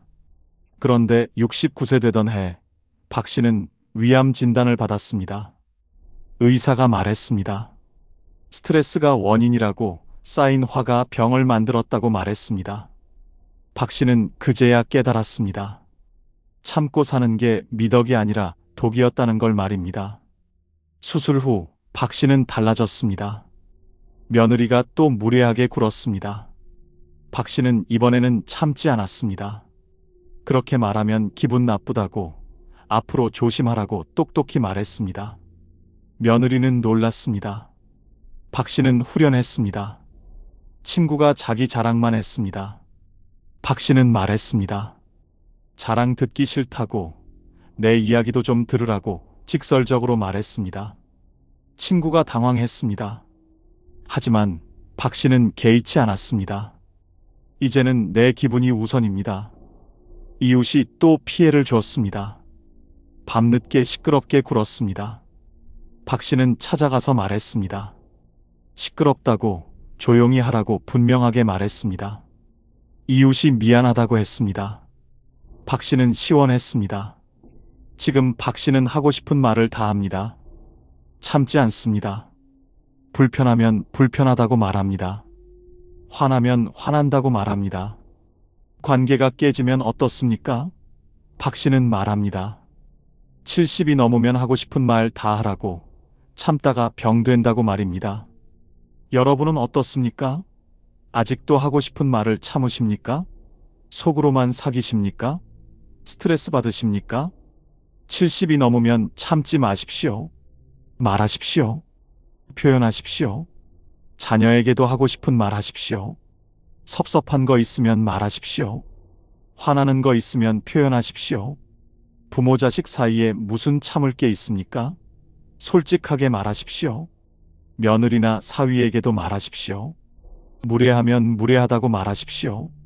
기분 나쁘면 기분 나쁘다고 말하십시오. 참으면 관계만 나빠집니다. 말해야 고쳐집니다. 친구에게도 솔직하게 말하십시오. 자랑 듣기 싫으면 싫다고 말하십시오. 무시당하면 화낸다고 말하십시오. 진짜 친구는 이해합니다. 화내는 친구는 원래 친구 아닙니다. 이웃에게도 당당하게 말하십시오. 피해주면 항의하십시오. 소음, 주차, 쓰레기, 불편한 거 참지 마십시오. 말해야 해결됩니다. 경로당에서도 말하십시오. 불공평한 거 있으면 지적하십시오. 잘못된 거 있으면 말하십시오. 나이 많다고 무조건 따를 필요 없습니다. 욕먹어도 괜찮습니다. 하고 싶은 말 했다고 욕먹습니까? 그냥 두십시오.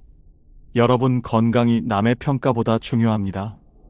관계 깨져도 괜찮습니다. 말한다고 깨지는 관계는 원래 약한 관계입니다. 진짜 관계는 솔직해야 오래갑니다. 표현하는 연습을 하십시오. 작은 것부터 말해보십시오. 오늘 날씨 덥다. 이 음식 맛없다. 이런 것부터 솔직하게 말하십시오. 익숙해지면 큰 것도 말할 수 있습니다. 감정을 숨기지 마십시오. 기쁘면 기쁘다고, 슬프면 슬프다고, 화나면 화난다고 표현하십시오. 감정을 억누르면 병이 됩니다. 70부터는 솔직하게 사십시오. 하고 싶은 말 다 하십시오. 참고 사는 건 미덕이 아닙니다. 표현하는 게 건강입니다. 하고 싶은 말 다 하고 사십시오. 70부터는 자식에게 기대하지 마십시오. 이게 네 번째입니다. 여러분은 아직도 자식이 챙겨줄 거라고 믿으십니까? 효도할 거라고 기대하십니까? 늙으면 자식이 돌봐줄 거라고 생각하십니까? 깨어나십시오. 자식은 여러분을 책임지지 않습니다. 평생 자식을 위해 살았습니다. 먹고 싶은 것도 참고 자식 교육비 댔습니다. 입고 싶은 옷도 못 입고 자식 결혼 비용 댔습니다. 자식만 보고 살았습니다. 늙으면 자식이 보답할 거라고 믿었습니다. 하지만 현실은 다릅니다. 수원 장안구에 사시는 이모 씨, 74세 어르신의 뼈아픈 이야기입니다. 이 씨는 세 자녀를 키웠습니다. 대학까지 다 보냈습니다. 결혼 비용도 다 댔습니다. 손주들 용돈도 챙겼습니다. 평생 자식을 위해 살았습니다. 이 씨는 자식들이 자기를 돌봐줄 거라고 믿었습니다. 늙으면 효도받을 거라고 기대했습니다. 하지만 70이 넘어가자 현실이 보였습니다. 자식들은 바빴습니다. 연락도 뜸했습니다. 생일에도 안 왔습니다. 아파도 찾아오지 않았습니다. 이 씨는 서운했습니다. 섭섭했습니다. 자식들에게 전화해서 따졌습니다. 내가 너희를 어떻게 키웠는데 이렇게 매정할 수 있느냐고 울며 소리쳤습니다. 자식들은 변명만 했습니다. 바쁘다고, 시간이 없다고, 미안하다고만 말했습니다. 이 씨는 우울해졌습니다. 자식 원망하며 매일 울었습니다. 친구들에게 하소연했습니다. 자식 때문에 살맛이 안 난다고 말했습니다. 건강도 나빠졌습니다. 자식 때문에 스스로를 망가뜨렸습니다. 72세 되던 해 친구가 이 씨에게 말했습니다. 자식에게 기대하지 말라고, 자식은 자식 인생 사는 거라고 조언했습니다. 이 씨는 처음엔 받아들이기 힘들었습니다. 하지만 생각해보니 맞는 말이었습니다. 이 씨는 마음을 바꿨습니다. 자식에게 기대하지 않기로 했습니다. 자식들 인생은 자식들 것이라고 인정했습니다. 더 이상 서운해하지 않기로 했습니다. 자식 생각할 시간에 친구를 만났습니다. 취미 생활을 시작했습니다. 지금 이 씨는 행복합니다. 자식들이 연락 안 해도 괜찮습니다. 오면 반갑고 안 와도 상관없습니다. 자식에게 기대하지 않으니 서운할 일이 없습니다. 이 씨는 말합니다. 70이 넘으면 자식 버리고 살라고. 그게 행복의 비결이라고 말입니다. 여러분은 어떻습니까? 아직도 자식이 찾아오기를 기다리십니까? 전화 오기를 손꼽아 기다리십니까? 그 기다림이 여러분을 불행하게 만듭니다. 자식은 감사 보너스입니다. 와주면 고맙고 안 와도 섭섭하지 않은 존재로 생각하십시오. 이렇게 생각하면 마음이 편합니다. 자식에게 의존하지 마십시오. 경제적으로도 정서적으로도 독립하십시오. 내 삶은 내가 책임진다는 마음가짐이 필요합니다. 자식 없이도 행복할 수 있습니다. 자식에게 베풀지 마십시오. 이제 그만 주십시오. 용돈도 그만, 집안일 도와주기도 그만, 손주 봐주기도 그만하십시오. 여러분 시간과 돈은 여러분을 위해 쓰십시오. 자식 대신 친구를 만드십시오. 자식보다 친구가 더 가깝습니다. 어려울 때 옆에 있어주는 건 자식이 아니라 친구입니다. 친구에게 투자하십시오. 자식 자랑하지 마십시오. 자식 잘 됐다고 자랑하지 마십시오. 자식과 여러분은 별개입니다.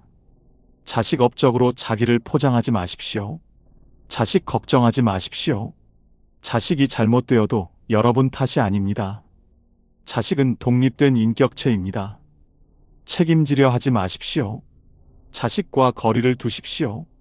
너무 가깝지도 너무 멀지도 않게 지내십시오. 서로의 삶을 존중하십시오. 간섭하지 말고 기대하지 마십시오. 자식 없이 사는 연습을 하십시오. 자식 생각 안 하고 하루를 보내보십시오. 자식 없어도 충분히 행복할 수 있습니다. 자식에게 기대를 버리는 순간 인생이 자유로워집니다. 서운함도 없고 섭섭함도 없고 화도 없습니다. 70부터는 자식 없이 사는 연습을 하십시오. 그게 행복의 시작입니다.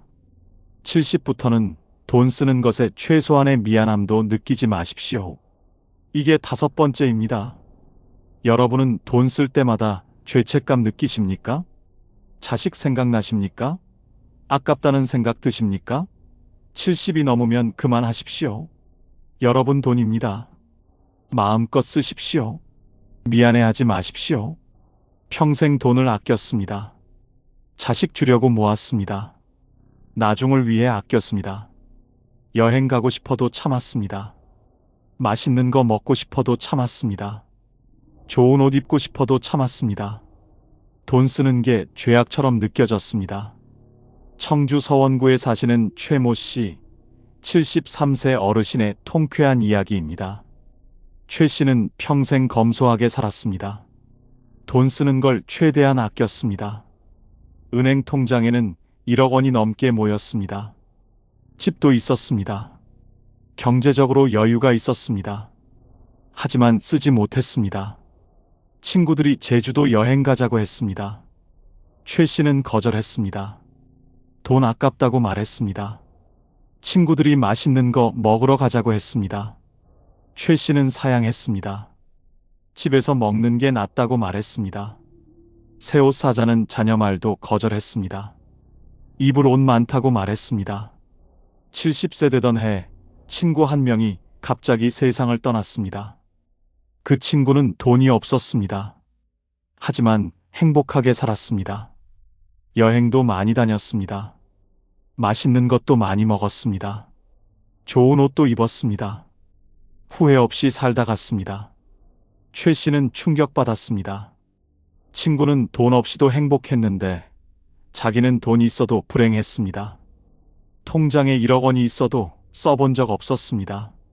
이러다 친구처럼 갑자기 죽으면 어떻게 되나, 이 돈은 누가 쓰나 생각하니 허무했습니다. 최 씨는 결심했습니다. 이제 돈 쓰며 살기로 했습니다. 미안해하지 않기로 했습니다. 친구들과 제주도 여행을 갔습니다. 비행기 타고 좋은 호텔에 묵고 맛있는 거 먹었습니다.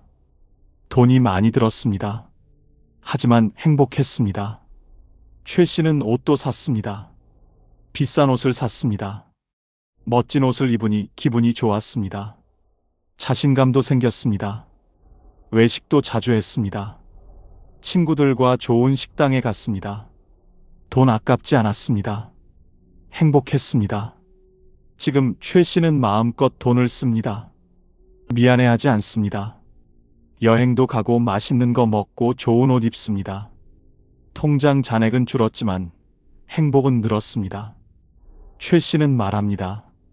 70이 넘으면 돈 펑펑 쓰라고 미안해할 필요 없다고 말입니다. 여러분은 어떻습니까? 돈 쓸 때마다 죄책감 느끼십니까? 자식 생각나서 못 쓰십니까? 아까워서 참으십니까? 70이 넘으면 미안해하지 마십시오. 여러분 돈입니다. 자식 주려고 아끼지 마십시오. 자식들은 스스로 벌어서 삽니다. 여러분 돈 없어도 잘 삽니다. 오히려 부모가 행복하게 쓰는 게 자식도 좋아합니다. 나중을 위해 아끼지 마십시오. 나중이 언제입니까? 80세입니까? 90세입니까? 그때 쓸 체력이 있겠습니까? 지금 쓰십시오. 건강할 때 쓰십시오. 여행 가십시오. 가고 싶은 곳 다 가보십시오. 돈 아깝다고요? 아닙니다. 추억은 돈 주고도 못 삽니다. 여행의 기억이 남은 인생을 풍요롭게 만듭니다. 맛있는 거 드십시오. 비싼 식당도 가보십시오. 한우도 먹고 회도 먹고 좋은 음식 다 드십시오. 몸이 받아줄 때 먹어야 합니다. 좋은 옷 입으십시오. 비싼 옷 사십시오. 멋지게 꾸미십시오. 70이 넘었어도 멋지고 싶은 건 당연합니다. 돈 아까워서 낡은 옷만 입지 마십시오. 집도 편한 곳으로 옮기십시오. 엘리베이터 있는 아파트로 가십시오. 병원 가까운 곳으로 가십시오. 돈 아까워서 불편한 집에서 살지 마십시오. 건강에 투자하십시오. 좋은 병원 가십시오. 비싼 약이라도 먹어야 하면 드십시오. 건강검진 꼼꼼히 받으십시오. 돈보다 건강이 중요합니다. 취미 생활에 투자하십시오. 악기 배우고 싶으면 악기 사십시오. 골프 치고 싶으면 치십시오. 돈 때문에 포기하지 마십시오. 죄책감 버리십시오. 돈 쓴다고 죄책감 느낄 필요 없습니다. 여러분이 번 돈입니다. 여러분이 모은 돈입니다. 여러분이 쓸 권리가 있습니다. 자식들에게 미안해하지 마십시오. 돈 쓴다고 미안해할 필요 없습니다. 자식들은 부모가 행복한 게 더 좋습니다. 돈 아끼다 불행한 부모보다 돈 쓰며 행복한 부모가 낫습니다. 70부터는 펑펑 쓰십시오. 아깝지 않습니다. 미안할 것도 없습니다. 여러분 돈입니다. 마음껏 쓰십시오. 돈 쓰며 행복하게 사십시오. 그게 진짜 돈을 잘 쓰는 겁니다. 여러분은 늙어서 누가 제일 중요합니까? 자식입니까? 친구입니까? 틀렸습니다. 돈입니다. 돈이 최고입니다. 돈만 있으면 됩니다. 자식이 효도합니까? 아닙니다. 자식은 바쁩니다. 친구가 챙겨줍니까? 아닙니다. 친구도 자기 살기 바쁩니다. 결국 혼자입니다. 돈만 있으면 혼자서도 잘 삽니다. 돈 없는 노인은 비참합니다. 자식에게 손 벌립니다. 친구에게 빌립니다. 무시당합니다. 하지만 돈 있는 노인은 다릅니다.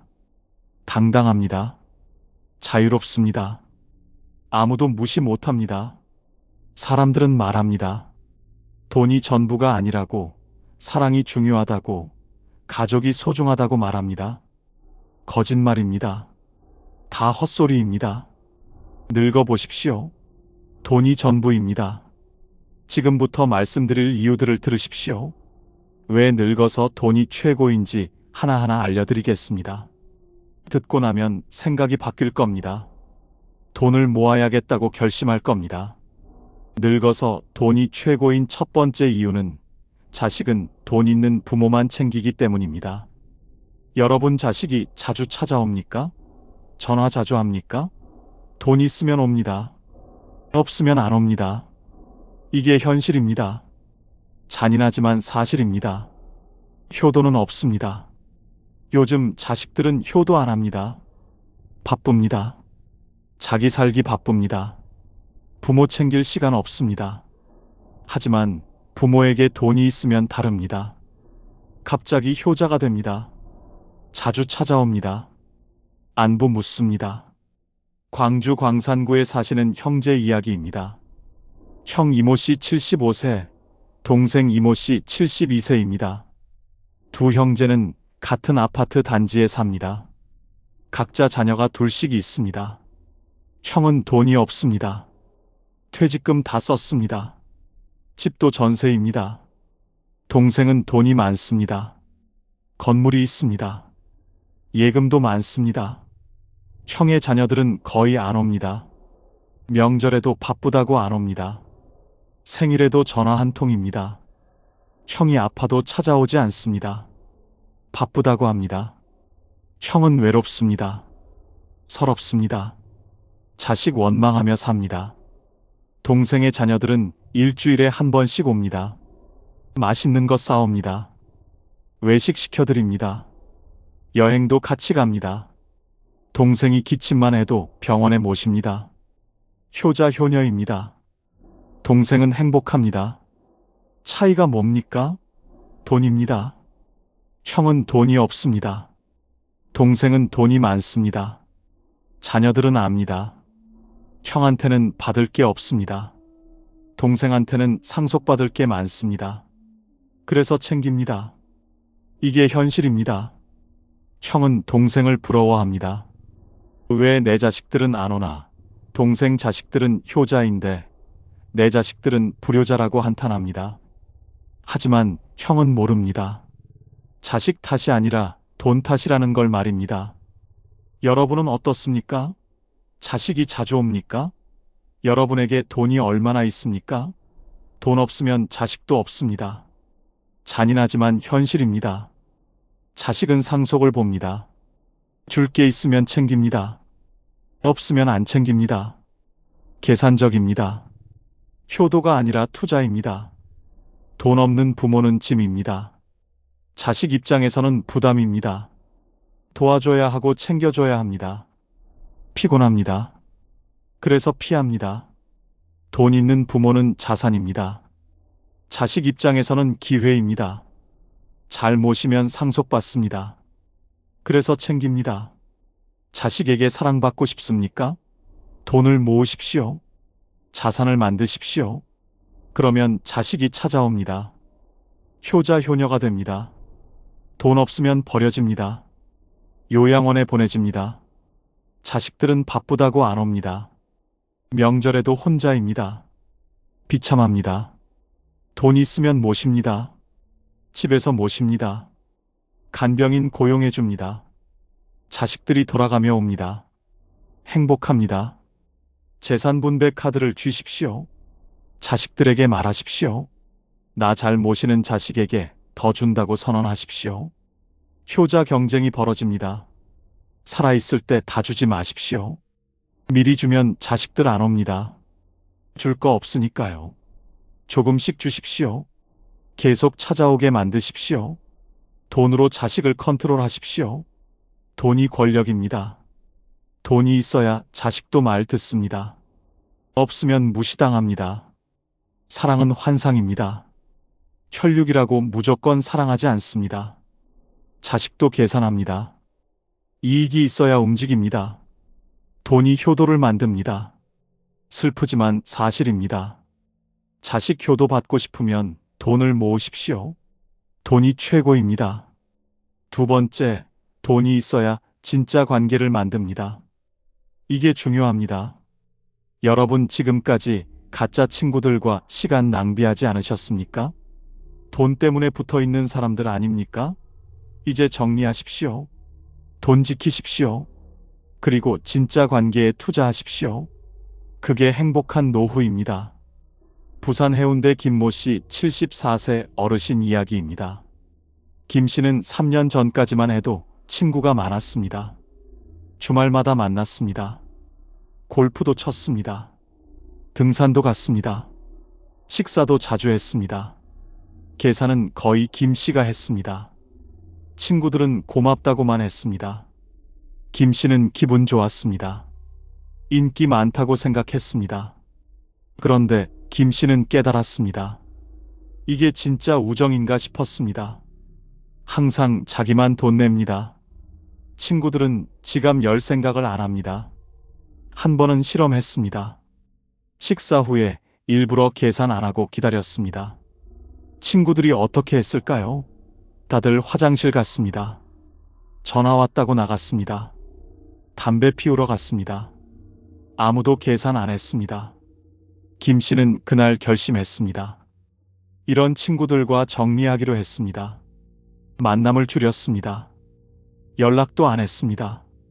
친구들이 연락 왔습니다. 만나자고 했습니다. 김 씨는 거절했습니다. 바쁘다고 했습니다. 몸이 안 좋다고 했습니다. 친구들은 금방 연락 안 했습니다. 그게 끝이었습니다. 김 씨는 외로웠습니다. 처음에는 힘들었습니다. 주말에 할 게 없었습니다. 그런데 시간이 지나니까 좋아졌습니다. 돈이 남았습니다. 한 달에 200만 원씩 나갔던 게 안 나갑니다. 통장에 돈이 쌓입니다. 마음이 편해졌습니다. 그리고 김 씨는 새로운 걸 시작했습니다. 복지관에 등록했습니다. 서예 수업 들었습니다. 거기서 새 친구를 만났습니다. 이분들은 달랐습니다. 각자 커피값 냅니다. 식사하면 더치페이 합니다. 서로 부담 안 줍니다. 편합니다. 이게 진짜 친구입니다. 여러분도 생각해 보십시오. 지금 만나는 친구들이 진짜 친구입니까?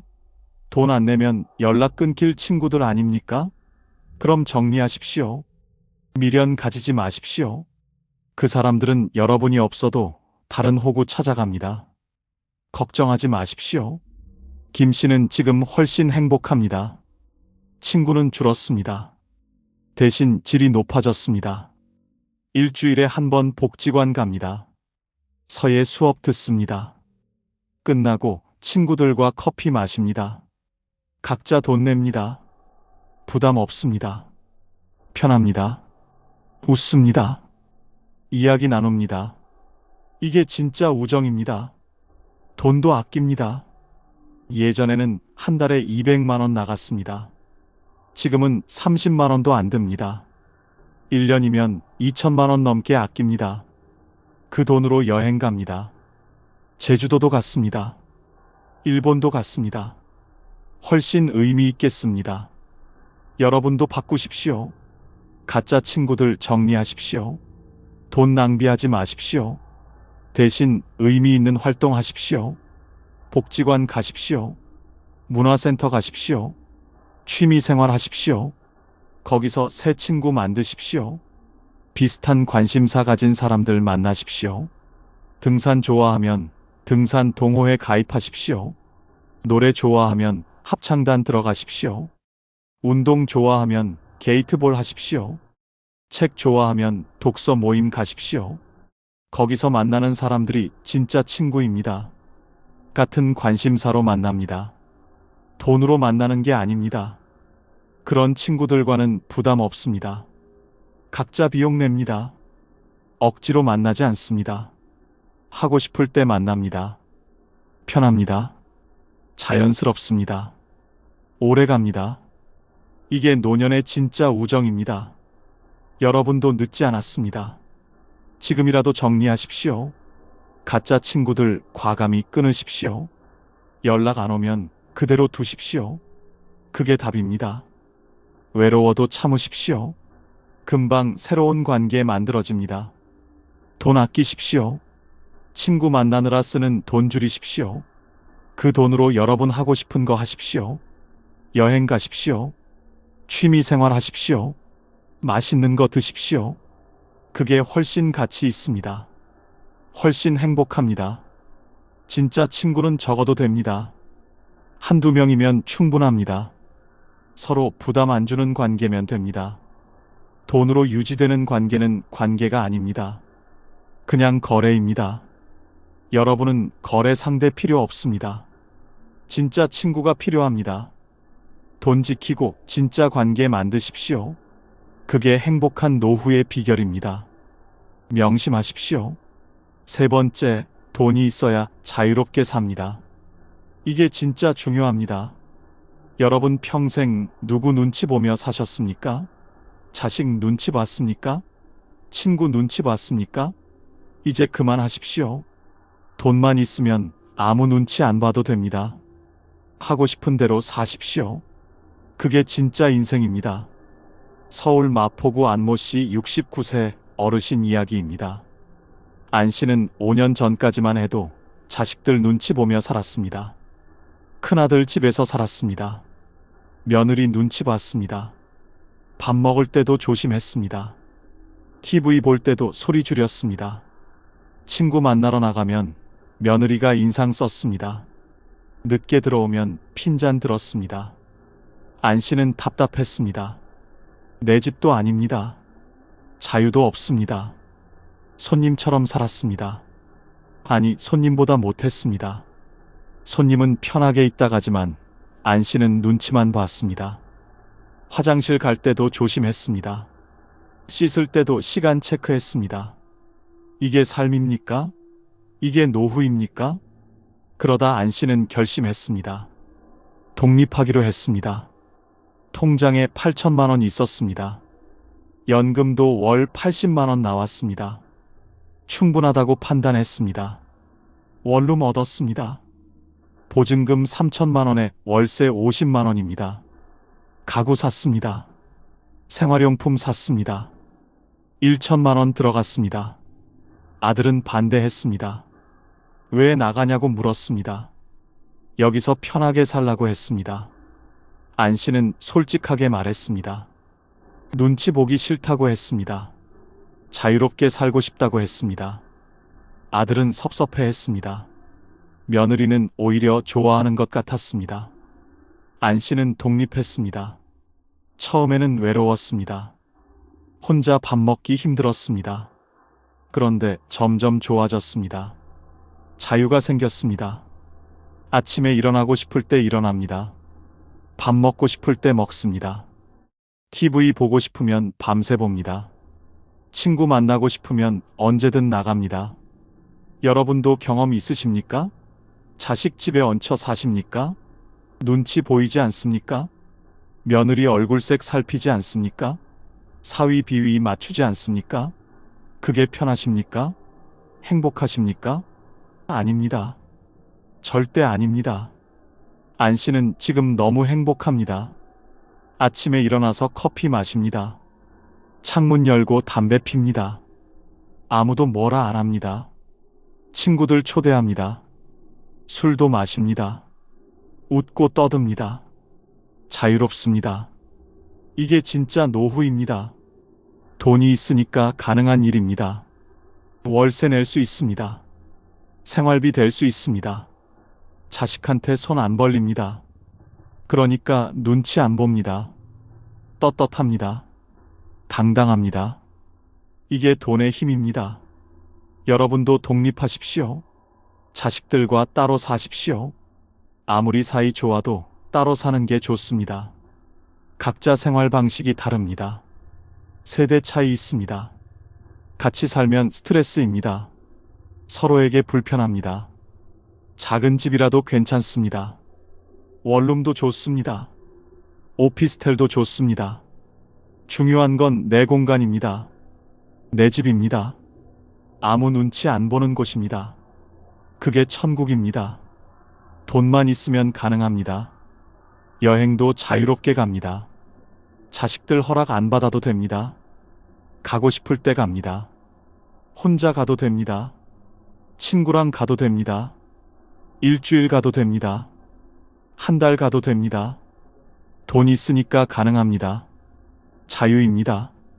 취미 생활도 마음껏 합니다. 돈 쓰는 거 눈치 안 봅니다. 골프 치고 싶으면 칩니다. 등산 가고 싶으면 갑니다. 노래방 가고 싶으면 갑니다. PC방 가고 싶으면 갑니다. 누가 뭐라고 합니까? 아무도 뭐라 안 합니다. 내 돈으로 내가 씁니다. 먹고 싶은 것도 마음껏 먹습니다. 치킨 먹고 싶으면 시킵니다. 피자 먹고 싶으면 시킵니다. 배달 음식 마음껏 먹습니다. 자식들 눈치 안 봅니다. 건강 타령 듣지 않습니다. 내가 알아서 조절합니다. 안 씨는 지금 아들에게 말합니다. 독립하길 정말 잘했다고 합니다. 이제 아들 만날 때 더 반갑습니다. 며느리도 편해 보입니다. 손주들도 자주 보러 옵니다. 각자 공간 있으니까 관계가 더 좋아졌습니다. 돈 없으면 자유 없습니다. 자식한테 빌붙습니다. 눈치 봅니다. 참습니다. 포기합니다. 그렇게 불행하게 늙어갑니다. 그러지 마십시오. 지금이라도 돈 모으십시오. 독립하십시오. 자유롭게 사십시오. 그게 여러분 남은 인생 행복하게 사는 방법입니다. 명심하십시오. 네 번째, 돈은 지금 쓰라고 있는 겁니다. 이게 가장 중요합니다. 여러분 평생 모은 돈입니다. 누가 쓸 겁니까? 자식 줄 겁니까? 나중을 위해 아낄 겁니까? 착각입니다. 완전히 착각입니다. 지금 당장 쓰십시오. 건강할 때 쓰십시오. 그게 돈의 가치를 제대로 쓰는 겁니다. 전주 완산구 박모 씨 71세 어르신 이야기입니다. 박 씨는 평생 검소하게 살았습니다. 돈 모으는 게 취미였습니다. 외식 거의 안 했습니다. 여행도 안 갔습니다. 옷도 10년 넘게 입었습니다. 통장에 1억 2천만 원 모았습니다. 자랑스러웠습니다. 나중을 위해 아낀다고 생각했습니다. 그런데 작년에 건강검진 받았습니다. 췌장암 진단 나왔습니다. 3기였습니다. 의사가 말했습니다. 빨리 수술해야 합니다. 항암 치료도 받아야 합니다. 박 씨는 충격받았습니다. 그동안 뭐 했습니까? 돈 모으느라 인생을 허비했습니다. 박 씨는 후회했습니다. 왜 여행 안 갔을까? 아내랑 유럽 가보고 싶었습니다. 미루고 미뤘습니다. 돈 아깝다고 안 갔습니다. 지금 가려고 해도 못 갑니다. 몸이 안 됩니다. 수술하고 항암 치료 받아야 합니다. 여행은 꿈도 못 꿉니다. 맛있는 것도 못 먹어봤습니다. 한우 먹고 싶었습니다. 비싸다고 안 먹었습니다. 회 먹고 싶었습니다. 아까워서 안 먹었습니다. 지금은 어떻습니까? 소화가 안 됩니다. 먹고 싶어도 못 먹습니다. 유동식만 겨우 넘깁니다. 박 씨는 아내에게 말했습니다. 미안하다고 했습니다. 당신이 가자던 여행 다 가볼 걸 그랬다고 했습니다. 먹고 싶다던 음식 다 먹어볼 걸 그랬다고 울었습니다. 아내도 같이 울었습니다. 돈은 통장에 그대로 있습니다. 이제 병원비로 나갑니다. 추억은 하나도 없습니다. 여러분은 지금 어떻게 살고 계십니까? 돈 아끼고 계십니까? 나중을 위해 모으고 계십니까? 나중이 언제입니까? 80세입니까? 90세입니까? 그때 가서 쓸 체력이 있겠습니까? 그때 가서 여행 갈 수 있겠습니까? 없습니다. 절대 없습니다. 지금 쓰십시오. 건강할 때 쓰십시오. 움직일 수 있을 때 쓰십시오. 여행 가십시오. 가보고 싶었던 곳 다 가보십시오. 제주도 가십시오. 유럽 가십시오. 일본 가십시오. 동남아 가십시오. 돈 아깝다고요? 아닙니다. 추억은 돈 주고도 못 삽니다. 여행의 기억이 남은 인생을 풍요롭게 만듭니다. 맛있는 거 드십시오. 비싼 식당도 가보십시오. 한우도 먹고 회도 먹고 좋은 음식 다 드십시오. 몸이 받아줄 때 먹어야 합니다. 나중에는 소화도 안 되고 씹지도 못합니다. 지금 먹으십시오. 오늘 먹으십시오. 취미 생활에 투자하십시오. 악기 배우고 싶으면 악기 사십시오. 그림 그리고 싶으면 화구 사십시오. 골프 치고 싶으면 치십시오. 등산 가고 싶으면 좋은 장비 사십시오. 돈 때문에 포기하지 마십시오. 하고 싶은 거 다 하십시오. 집도 편한 곳으로 옮기십시오.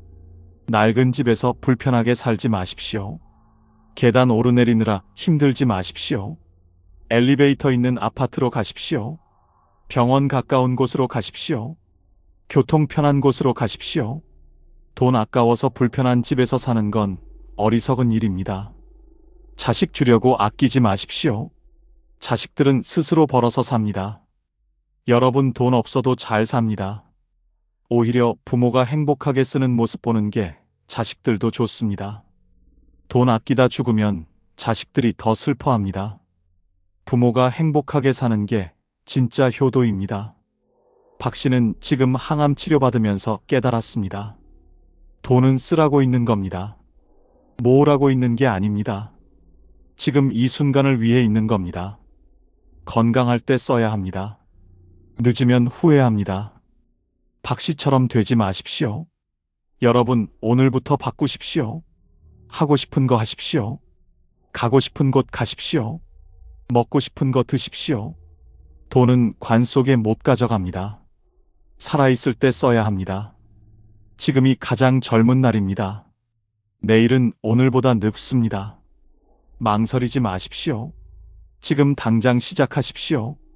5번째, 돈이 있어야 꿈을 이룹니다. 이게 마지막이자 가장 중요합니다.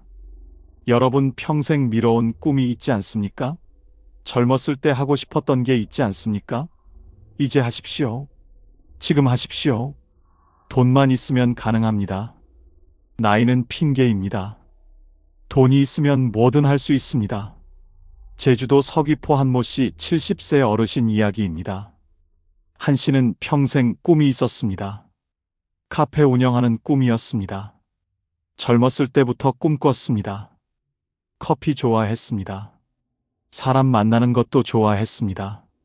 하지만 못했습니다. 돈 벌어야 했습니다. 가족 먹여 살려야 했습니다. 자식 키워야 했습니다.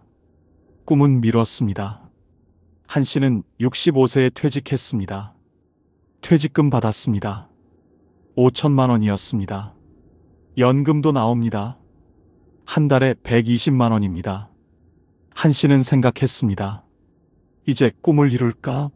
아니면 그냥 통장에 넣어둘까? 자식들은 말렸습니다. 나이 들어서 무슨 카페냐고 했습니다. 조용히 쉬라고 했습니다. 한 씨는 고민했습니다. 1년을 고민했습니다. 그러다 결심했습니다. 하기로 했습니다. 66세에 시작했습니다. 늦었다고요? 아닙니다. 전혀 늦지 않았습니다. 오히려 딱 좋은 타이밍이었습니다. 한 씨는 제주도로 내려갔습니다. 작은 카페 차렸습니다. 보증금 1천만 원에 월세 80만 원짜리 가게 얻었습니다. 인테리어 했습니다. 1,500만 원 들었습니다. 커피 머신 샀습니다. 테이블 샀습니다. 의자 샀습니다. 총 3천만 원 들어갔습니다. 퇴직금 절반 넘게 썼습니다. 자식들은 걱정했습니다. 망하면 어떡하냐고 했습니다. 한 씨는 대답했습니다. 망해도 괜찮다고 했습니다. 꿈 이뤄보는 게 중요하다고 했습니다. 후회 없이 살고 싶다고 했습니다. 카페 열었습니다. 처음에는 손님 없었습니다. 하루에 2~3명 왔습니다. 한 씨는 포기 안 했습니다. 커피만 연구했습니다. 손님한테 친절했습니다. SNS도 배웠습니다. 사진 올렸습니다. 입소문 났습니다. 손님 늘었습니다. 지금은 어떻습니까?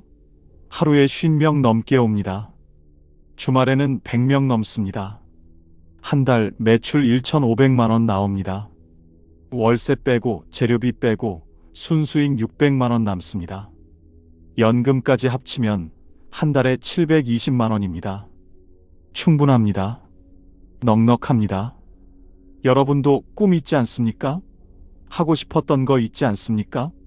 배우고 싶었던 거 있지 않습니까? 왜 안 하십니까? 나이 때문입니까? 돈 때문입니까? 핑계입니다. 다 핑계입니다. 한 씨는 70세입니다. 지금도 카페 운영합니다. 매일 아침 6시에 일어납니다. 카페 갑니다. 커피 내립니다. 손님 맞이합니다. 웃습니다. 행복합니다. 이게 진짜 노후입니다. 꿈 이루며 사는 노후입니다. 한 씨는 말합니다. 가장 잘한 결정이라고 합니다. 66세에 시작하길 정말 잘했다고 합니다. 자식들 말 듣고 안 했으면 후회했을 거라고 합니다. 지금도 늦지 않았다고 합니다. 75세에도 시작할 수 있다고 합니다. 여러분 생각해 보십시오. 죽기 전에 꼭 하고 싶은 게 뭡니까? 악기 배우고 싶습니까? 그림 그리고 싶습니까? 글 쓰고 싶습니까? 사업하고 싶습니까? 뭐든 좋습니다. 시작하십시오. 지금 당장 시작하십시오. 돈 아까워하지 마십시오. 꿈 이루는 데 쓰십시오. 배우고 싶으면 학원 다니십시오. 악기 사십시오. 화구 사십시오. 책 사십시오. 투자하십시오. 자기 자신에게 투자하십시오. 그게 가장 가치 있는 투자입니다. 나이는 숫자일 뿐입니다. 70세도 늦지 않았습니다. 75세도 늦지 않았습니다. 80세도 할 수 있습니다. 중요한 건 의지입니다. 돈입니다. 의지 있고 돈 있으면 뭐든 됩니다. 한 씨는 요즘 새로운 꿈 생겼습니다. 바리스타 자격증 따려고 합니다. 70세에 자격증 공부합니다. 늦었다고요? 아닙니다. 배움에 나이 없습니다. 한 씨는 내년에 자격증 딸 겁니다. 그리고 더 좋은 커피 만들 겁니다. 여러분도 꿈 포기하지 마십시오. 미루지 마십시오. 오늘 시작하십시오. 내일은 오늘보다 하루 늦습니다. 지금이 가장 젊은 날입니다. 망설이지 마십시오. 돈은 꿈 이루라고 있는 겁니다. 관 속에 가져갈 수 없습니다. 살아있을 때 써야 합니다. 꿈 이루는 데 써야 합니다. 그게 돈의 진짜 가치입니다.